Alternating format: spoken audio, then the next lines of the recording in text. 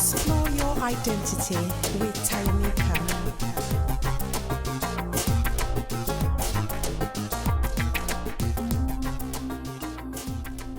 Hello and welcome to another episode of Explore Your Identity. Here we delve into conversations about different aspects of our identity, both positive and negative, that have shaped who we are today. I'm thrilled to have another amazing guest. I'm Tayamika, your host, and my guest today is Luca from Fritto. I just want to give a big thank you to Luca for being here today. Welcome, Luca. Thank you for inviting me. How are you today? Good, great, yeah. Feeling good. Well, I'm quite excited to hear a bit more about Luca. Yeah. I love Luca's food. Like, if you've ever been down Smithdown Road, you've probably come across Frito, which is right opposite the cemetery. Luca is my neighbor on Smithdown Road. He does the best Italian street food. So there's a little bakery on Smithdown Road called Fritto. So usually I see Luca in the kitchen, but here you are today. Yes, finally. Yeah. So Luca, I always like to start off with a little bit about your background. Yeah. Can you think of anything in your childhood or a particular instance that you feel has shaped who you are today? It could be positive, it could be negative. Yeah, I mean, obviously, I'm Italian, so one of my main memory is always around food, and especially my mom is from the south of Italy, and she's got like a big family. So I still remember now, like the weekend, Saturday and Sundays, when we had a lot of my mom's brothers and sisters and cousins over. And they used to cook a lot, making fresh pasta, pizza, so for me food has always been quite a way to celebrate, just it's a party, it's just a moment of bringing people together, have fun, and making something, out of nothing. And so I think that kind of, I've always been exposed from my mom's family and also my dad's family. I got also like all the memories because my parents split up when I was 8 years old, so probably that also was quite something that kind of shaped me a bit at first. Like I'm an only child as well, so so that was like a bit a push towards a bit independent. So excited. So food, I remember like when I used to go to my grandma's, my dad's mom. I remember this Sunday where we used to have like the classic cotoletta, Milanese style, and with potatoes. That was for me like the most exciting part of the week. And same, when I used to go to another auntie, she used to treat me with a lot of cakes and and she was sharing with me some recipes. So I think all of that a bit influenced me, like it kind of gave me a bit that passion and that spark. And I always love to be around people cooking, watching, smelling, it's like a sensory experience. So how old would you be when you made like your first meal? Do you have a memory of that? I think I was around maybe 10 years old, 11 years old, because my mom was working and I was just on my own. Maybe 12, I think, And I remember actually that time that because I wanted to make a risotto, and I remember because it was a bit of drama, I burned almost the kitchen. I burned the pan. Burned down the kitchen? Well, almost. I was very close. I had to rescue in time. Self-rescue. Who rescued you? Not self-rescue. Oh, okay. And I had to call my mom and say, like, listen, I've done I think a mistake, because basically I didn't know that I should have had stock or some water to the rice. And you didn't? To cook it. No, I didn't. So I started probably like, I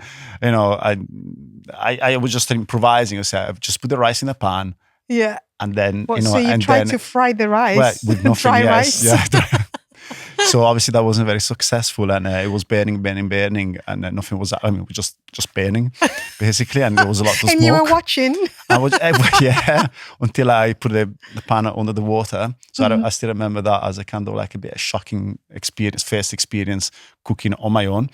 But that actually, that gave me the push, or and obviously the desire. I've asked, when my mom was back home, like, how can you show me how to do it? And then obviously from I think from that day, I kept it a bit more simple.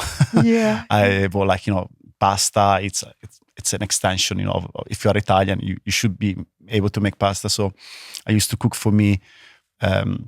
From that day, I used to cook for me like a bit very simple meals, but I always like to experiment and try different combination, so exploring, just develop my palate on my own, just sometimes doing a bit unusual combinations, but I think that's what is about cooking and just exploring, and that's what excites me about food in general, because it's it's an exploration, or it's a journey, So how come you chose street food instead of like a Italian restaurant? Was that by default, or was I think it kind of represent the person I am. I mean, I quite like things to be quite relaxed, casual, informal. Yeah. And I don't like all the classic dining experience, the formality of a restaurant, and especially coming over in UK, I realize obviously that you only got like the only Italian experience you have is just to go to a restaurant. Yes. And the majority of the times is not even authentic and it's overpriced. So I don't like all of that element. I think Italian food, because I know I'm Italian, it could be also very affordable, and we have a lot of street food offer that is not well known here. So that's why I kind of I just say, what, Italian food is just simple, easy, cheap. Should be cheap, why do you have to pay 10-15 pounds for some pasta with some sauce, when anyway. So, and I used to remember like bakeries, that's also another childhood memory that I try to replicate nowadays, that smell of the bakery, Fresh. the fresh, Yeah. the proper, the focaccia smell, the pizza smell, the oregano, the tomato sauce, so it's that kind of like, it's famous, in Italy, every kid after school or before going to school, you stop by the bakery. So so any kind of Italian it's got that kind of memory of this, So and when I was here, I was lacking of this. But where are my bakeries? And the closest was like Greg's. Yeah. So and I used to kind of like Greg's because it was kind of give me that illusion, inspiration. Well, the illusion of the Italian bakery, So I thought, why not do like an Italian Greg's, but obviously with Italian products, and then that's why I started like doing events, because I mean, obviously I didn't have the money, the budget to open my own place when I started. So street food was the easiest and the most affordable way to start from somewhere. Do you know what I like? I've got a little guilty pleasure on social media, especially Instagram. I like watching these videos that just pop up on my timeline, on my explore page, of the old Italian women. Like they probably look like they're about 90, and they're freshly making the pasta. And I just love watching it. These are like my aunties. They used to be the same. So I can see why it would cost that much in it to have a meal in an Italian restaurant. Well, if that's how they do it. But there is a lot of labor in there, into that, so much it's love. but again, the ingredients themselves, quite cheap, and it's more, it's quite time consuming, and but again, back in the days when society, everything was a bit was going on a different pace, was just a moment also excited to slow down, celebrate with your family, so it was also giving like a bit an extra time to spend together, but obviously nowadays these wouldn't be possible, and especially for restaurants or like that, so they have to buy pre-made, Yeah, and it's more yeah. expensive. It's a bit. But saying that, Mm-hmm. I still think Italian food should be the roots of Italian Yes. food. Should be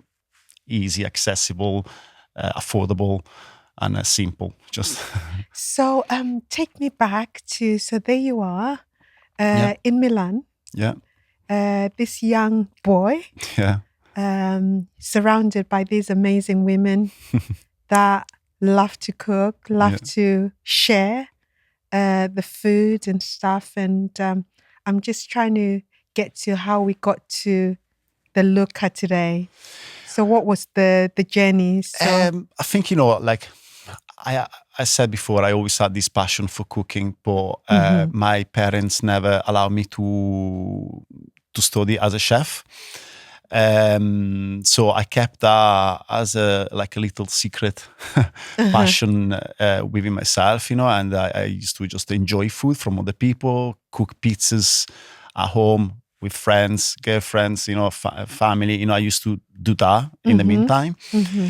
When and then I've done a completely different studies. I studied sociology and criminology. in Liverpool? No, in Milan. Okay. And accounting first, Oh, then sociology. like me. Yes, Oh. because that was considered more a profession. Yes. Like yeah, I couldn't yeah. do. I can relate. Yeah, and then I decided to study sociology because I was quite interested in the society and. And then I specialized in criminology. Until then, I've done some working experience for the Milan City Council, for the crime prevention department in the city. But after a year of this, kind of not the dream, just a bit fell apart. But I couldn't find. I couldn't find my way anymore within that. So was this straight after school? Then you went to uni? And then after I went to do this year apprenticeship for the council, then I think I faced the reality of life, of things, and I started to realize that maybe that wasn't my best path. I was interested in these topics, but I wanted to tackle these social issues from a different angle. Yeah. Anyway, so I was a bit less engaged. And what was the angle that you wanted to tackle them from? Say it again? You said you felt like you wanted to tackle I didn't want to be issues in your own way. Exactly. What I was didn't your want own to way? personally. I didn't want to feel part of the system with the bureaucracy and the politics. Okay. Obviously, as soon as you finish university, you feel like very full of hope, full of, say, I can change this, I can change the society, I can change the world. The world, yeah. You feel full of, yeah. And then you see like how things go. And then you say, okay, maybe if I'm part of this system, I can't really do much. So it's better if I just step back and I can do things on my own way, with my own times. So anyway, short story is like I was then I decided to go and work for in a shop, like for Apple retail shop in Milan, while I was studying another degree in law. Because I thought, okay, I'm gonna be like a lawyer now. Anyway, like a human rights one or just a lawyer? No, like a crime lawyer. I always liked the relation between crime and people and society. But anyway, and until a random day, I was in this shop and I met someone, a person, a customer, and speaking about my background, and she told me that she's got like she had a daughter living in Liverpool in UK, doing like a similar like a job like forensic psychologist. So I said, why do you not get in touch and maybe you can do something together? And so that was that little.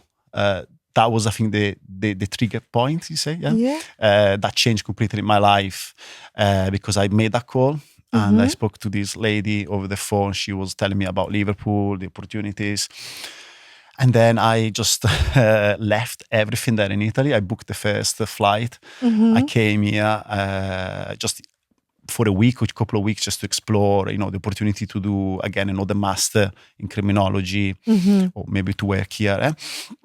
And I never go back. And, Oh, wow. and then things went very fast, and everything kind of worked at the right time. I've done this master in criminology. I was working here, but again, after a few years, after the master, again, I realized once again that wasn't really my path. I wasn't feeling like very satisfied with this, and again, I had to work for the system, or for the general. I didn't want basically to play any game. I wanted to be myself, really. And I started working again in the Apple shop. Then I tried to work in an office, but I didn't feel it very real life. My self-realization wasn't there. So one day I just say, okay, you know what? I just gonna say stop to all of these, and I go back to my roots, to my passion for food, for cooking. Yeah. And that's how I started, I just from a random event at Granby Street, a local community market here in Liverpool. I had the opportunity to go there and try out the products. And since that day, that's how Frito was born, just a bit, not random, but just as an experiment. And I had from day one, a great feedback. And then just event after event, and now it's been 2015, 9 years, Wow. 9 years of Frito, and now I feel great, because finally my dream, my passion for food, and is coming true, and I made something with the dreams I always had. So before you decided to go and do this experiment at Granby Street Market, did you used to entertain at home and cook food for friends? Yeah. That was you did. To be honest, in that always Milan? been my little trick with girls. Yeah. I used to invite them over and try to impress them, to cook pasta, rice, the proper Italian experience. I bet they were impressed. Yeah, it was working fine. Well, that's for me again, but even friends, like I say, more than going out, for me it was just a way to say, come at my house, we have a dinner, we have some wine, some beers, and we just enjoy this little pleasure of life, I don't like to go again to other places. I like to be in control, so I like to maybe cook. I know what I like, and what to give to people. So it's So tell me a bit more about your current journey. So you said Frito was born out of this experiment at Granby Street Market. I've tried your food. I love it. You know yes, how I've much seen you I a few love. times. Yeah. I've learned all about Italian food from you. Yeah. Thankfully, I've had a taste of authentic food. So that's been a great. The downside of that is when I go to any other Italian place, You can't go anymore. it doesn't taste authentic. So I just sing your praises to everyone and tell them about Fritto. So I just want to touch a little bit more on that current path, the Fritto journey. So here you are at Granby Street Market. And how did we go from Granby Street to the events, and then exactly. Smithdown Road? Yeah, because there is a little missing part of the little connection bridge. Going back to my studies background in sociology and criminology. When I started Fritto, I wanted to use food as a tool to improve people's life, also to give some disadvantaged young people opportunity for a positive change. In fact, Fritto was born. I went to before Fritto was born, I went to a social enterprise program for a few months. And Fritto was born as a social enterprise because, again, I wanted to tackle some social issues through another angle. And that's why I thought okay, I'm going to join my passion for food with social change. And that's what Frito did for the first couple of years, doing like a couple of markets, mentoring with like young offenders, workshops with different organizations supporting, people with some needs. So that was like very, very meaningful, very, very good to begin with. Until obviously the business started to grow day by day, and it became quite difficult to keep going in that direction. Yeah. Until like after a few years, I found this opportunity about like the local council was doing like this regeneration scheme of an area of Liverpool. And I strongly believe, because of my background, that urban regeneration is one of the solution, the keys to prevent crime in cities. So when I saw that, I thought that was a perfect match. I said, okay, let's try to again improve an area, offering something new and positive. So I applied, and after a few months, after a journey, yes, I was on that journey.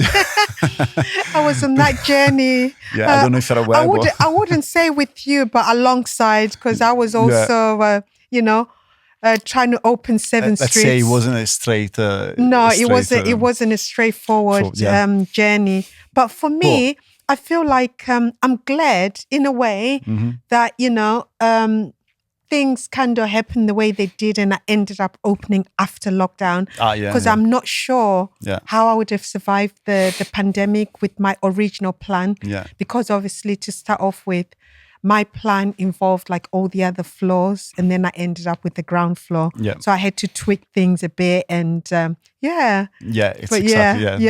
on anyway. But actually, it was again for me better, because again, gave me a bit more time to develop the business, to get more established, to understand which direction I wanted to go again.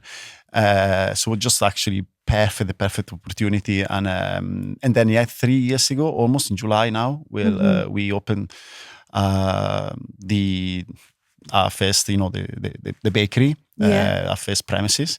And since then now we just keep growing, and actually I think we are almost outgrowing, but for now we are quite happy there, and we want to just get more established, and keep growing as our reputation. And when you mentioned earlier on that, when you saw Greg's and you thought, I could create like an Italian Greg's and stuff. That's what I honestly see for Fritto. Yeah. That it could be this amazing franchise. And I don't know if I can say this, but my secret dream, it's, to replace Greg's, with Frito. Yeah. With keeping the R. Yeah. Taking all the sign, but just conquering. I love that. I see Frito being that big. Yeah. But I mean, again, Frito was born again as a small, independent, artisanal, business, so it's kind of sometimes, although the ambition is there to become like, a franchise, just to franchise it, or to like a national brand. But again, I feel like I'm still a bit too romantic, maybe. The baby is still too young. Yes. And I feel like right now I'm not ready for this like expansion, or I still want to kind of keep it the way it is, with the values, with the quality, with the artisanal level, the freshness, and because I don't want to become like all of a sudden like a fast food, and then lose that kind of community. I like to speak to customers. I like to know their names. I like, it's kind of this family feeling, a community feeling. I don't want to like people to be just numbers, or just they using us just as I'm hungry, I want to just go there. I want you need to understand. You know what I mean? Like the origins of the ingredients, why we do things in a certain way. But of course. I mean, in a few years, let's give him another. I want to stay as it is, as we are, for another couple of years. but again, yeah, the ambition is there. I want to hopefully find a big investor. In fact, if someone is listening now, Yeah, like a big definitely. investor to say, okay, let's maybe expand, because obviously we got now the processes, we got the format is working. When I start again with Frito, I was a bit an idea, was a bit like, like a market research, if you want, Yeah. if you until now. But now it's just like it's a reality. It's working. I know what goes well and Would how. you go on Dragon's Den? That's another my secret. That's I love that. I watch two things on the telly: Master Chef and Dragon's Den. Ah, Only these two things, and it's my obsession. But I feel like one day I'd like to. yeah. Because if you've got a good dragon behind you, I Yeah. can see Fritto doing, Yeah, great things. I Not that it's not doing great things already. no, absolutely. Yeah. That's I got already the person I want there. Oh, good, good. Yeah. Do you ever stop and think of how much you've achieved? Yeah. I know, like, you're on the journey, but do you ever stop, and is there anything in particular that you feel like is an achievement for you? I believe, I'm if sometimes every so often, and I've been here for 14 years, and watching back when I first came with my little scarf, my little luggage. Was it an Italian scarf? Or? Yeah. I mean, Yeah? not my designer scarf, but just like a little market, the flea market, the Oh, a flea market. flea market. Yeah. Mm-hmm. I came with just like a classic, a bag full of hope. Yes. Just like Yeah. young, innocent. I wanted to explore, and now 14 years later, I've got a family, a beautiful family. We just now got like a new house, which is more comfortable and better, and the shop, the reputation, a lot of friends, the community, So I just came here just on my own with nothing really, with just my little luggage and scarf. And now I've got like, it's not just like the material, it's not just the material things, but the network I built, and, it's just like I kind of created a new life, or maybe can you say I blossom? Yeah, like a flower. Yeah. I feel like I came here very at the beginning of my life. Yeah. And here I just became more a man. So but again, I don't feel like done. Yes. I think I would like to give more, to have more, I'd like to. And it's looking ahead, like what's next? Well, next for me, I need to personally, on my personal level, I need to find a better work-life balance, because I think don't we all? Yeah, I've been working too much, I think, recently, and I want to spend more time with my family. So that's my number one priority, just to train more people, do the same things in the shop, but in a kind of more relaxed way, and also rely less on myself. So I'd like to kind of delegate more, step back a bit, and develop, the vision for the future. Being able to have the time to develop the vision for the future. The systems that can be replicated. Exactly. But exactly. So all of these, and eventually look out for new opportunities, either in Liverpool, or I'd like secretly to open in Manchester as well. That would be amazing. Yeah. And then let's see from there. Well, Fritto is an award-winning bakery, so you've done amazing so far, and I can testify that the food is absolutely amazing. Thank you. When I opened 7th Street, Luca did I remember, my menu for the launch. Yeah. And it was just amazing. Yeah. And everybody still talks about the food and the donuts and everything. How can people connect with Fritto? Well, you can follow us on, obviously, mainly we got obviously free Facebook, Instagram, Twitter, but the main I think channel where you can, I think we offer free entertainment every morning with our stories. Oh, good. So if you I follow do us on like your stories. yeah, on Instagram, you can see actually the processes of when we're making the dough, and you can learn if you passion. You know, if you got the passion for food, for baking, you can learn as well. So it's just like So Instagram stories. Instagram. What about Frito TikTok? underscore. You should do more I do TikToks. TikTok, but I think I'm don't too think I old for follow TikTok. you on TikTok. I do don't I? fully. I'm not that young to fully get it. I mean, I think your story content is good enough for TikTok. yeah, but you kind of need to kind of edit or things on TikTok. I think if you're too genuine or too, I feel like I'm a bit flat.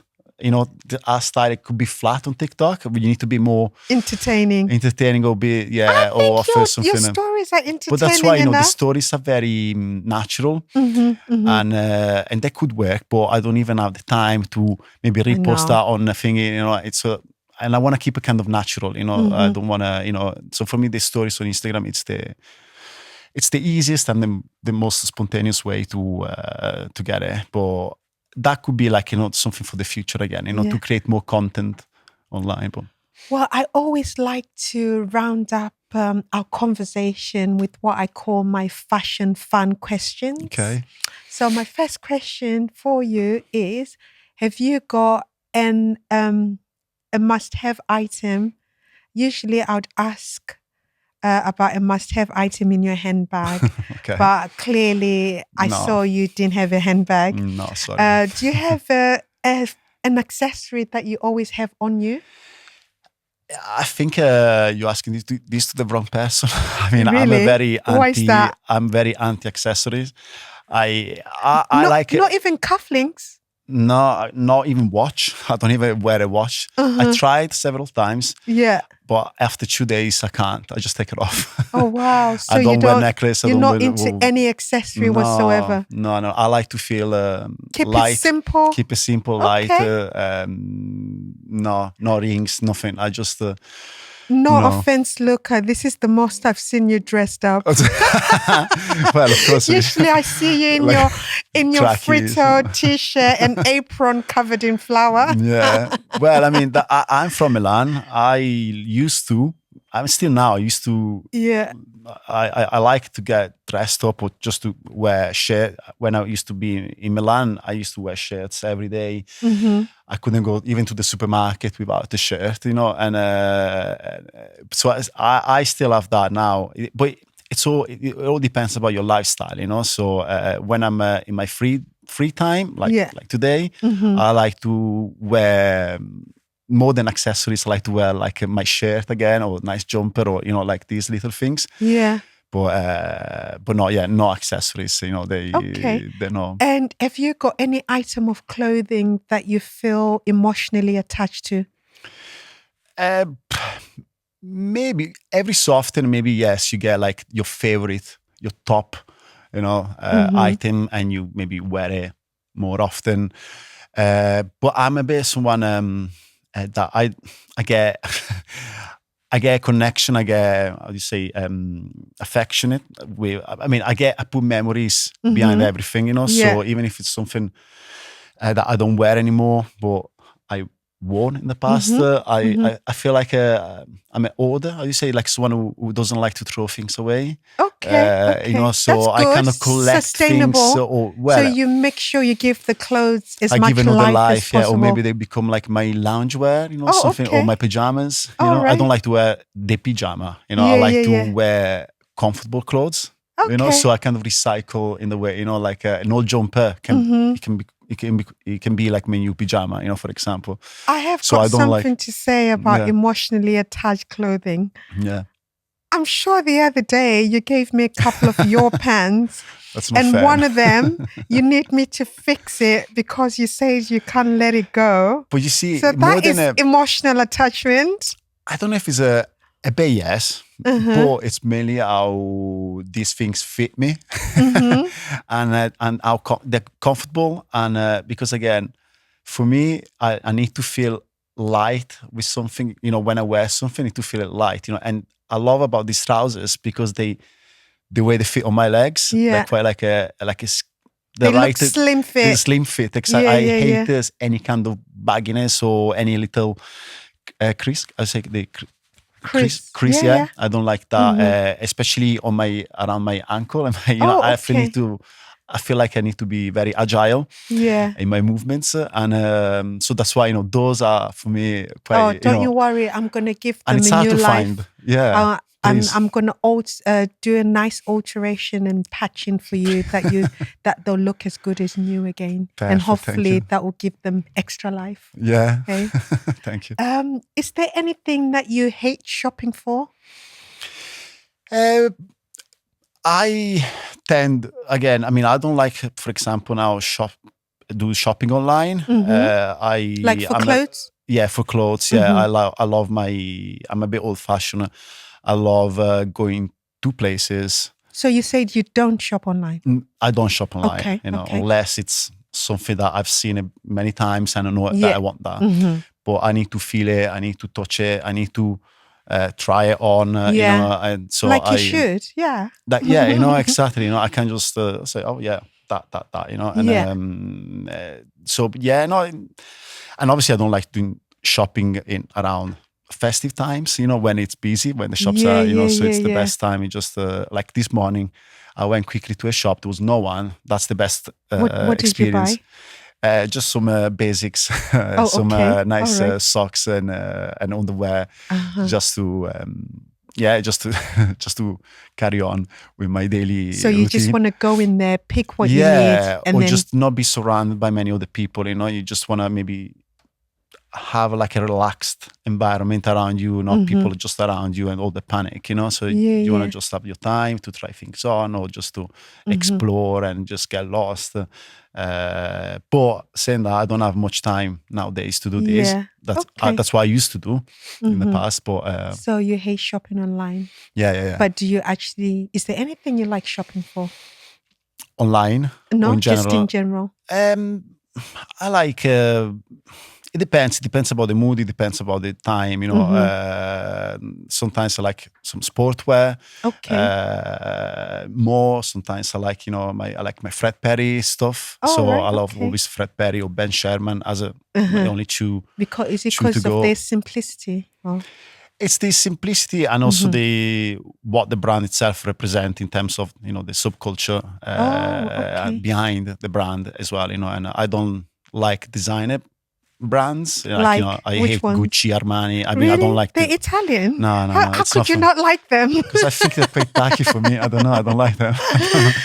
They're a bit too much. And I do like all those brands. I went to a Gucci exhibition last November. Yeah. And that was amazing just to see the history of the brand and what they've produced over the years. Yeah. Like stuff like that really inspires me. Well, yeah. Because it's that legacy that they've been able to create. Well, I guess as a fashion designer, for me to look at that and think, wow, if 7th Street could have a legacy like Gucci, that would be amazing. Well, yeah, for you it must be, of course, inspiring and inspirational. And yes. Yeah.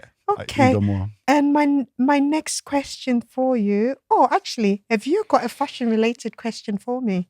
Let me think.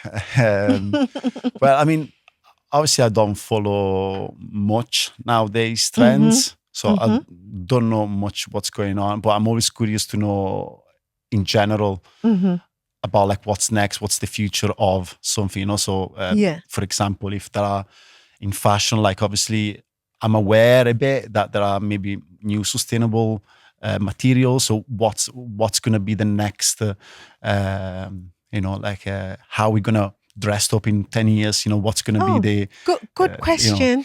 I remember when I studied fashion, I did a diploma in art, fashion and design. This was at the Art Center on Metal Street. And I remember that was my first experience of really understanding about fashion and sustainability. It became very clear to me that fashion was the second most polluting industry in the world after oil. So it was at that point that I thought, you know what? I need to really find out more about sustainable fashion and what it's all about. And this is going back 14 years ago. And the thing I used to do a lot when I was a student was recycle and upcycle clothes. So I'd take old clothes, remake them into something else. Denim was always the easiest one to find. Like you find denim everywhere. But then I started exploring and trying to see what sustainable fabrics were available on the market. And at the time, they were available, but you could only get them in bulk. So there was a list of different mills that you could go to, but you could only buy them on a roll. Okay. You know, so that could be like 1,000 meters.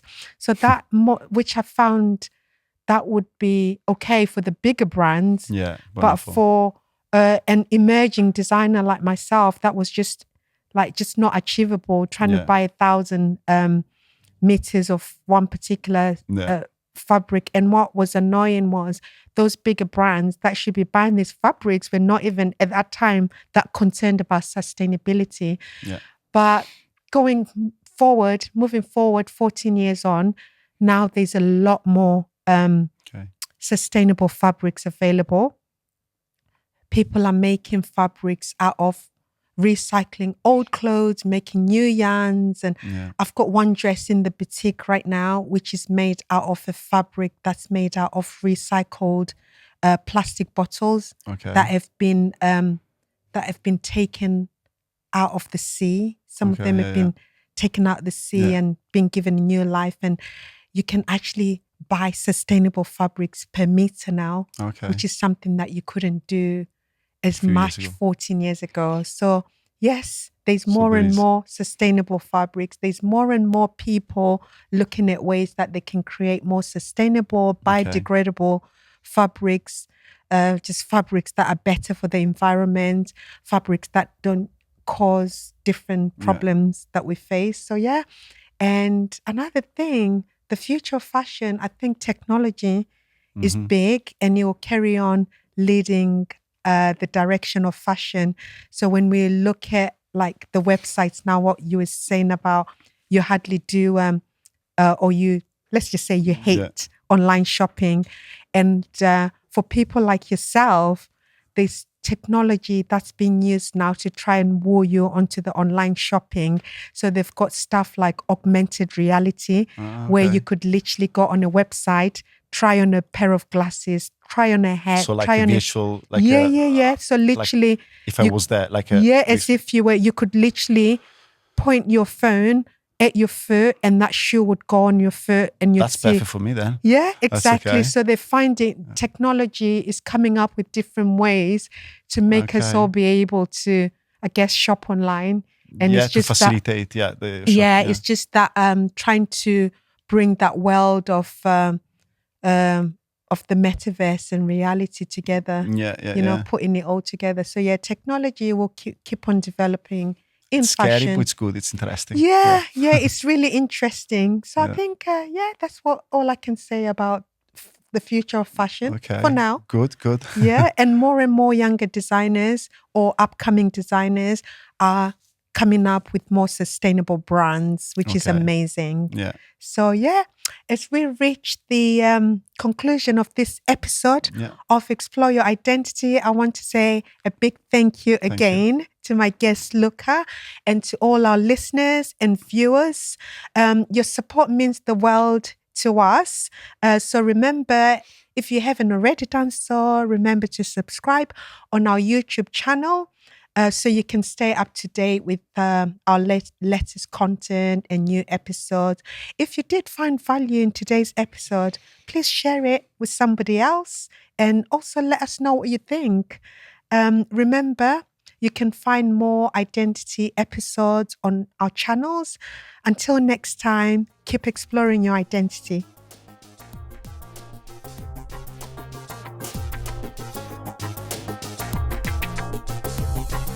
Explore Your Identity with Luca.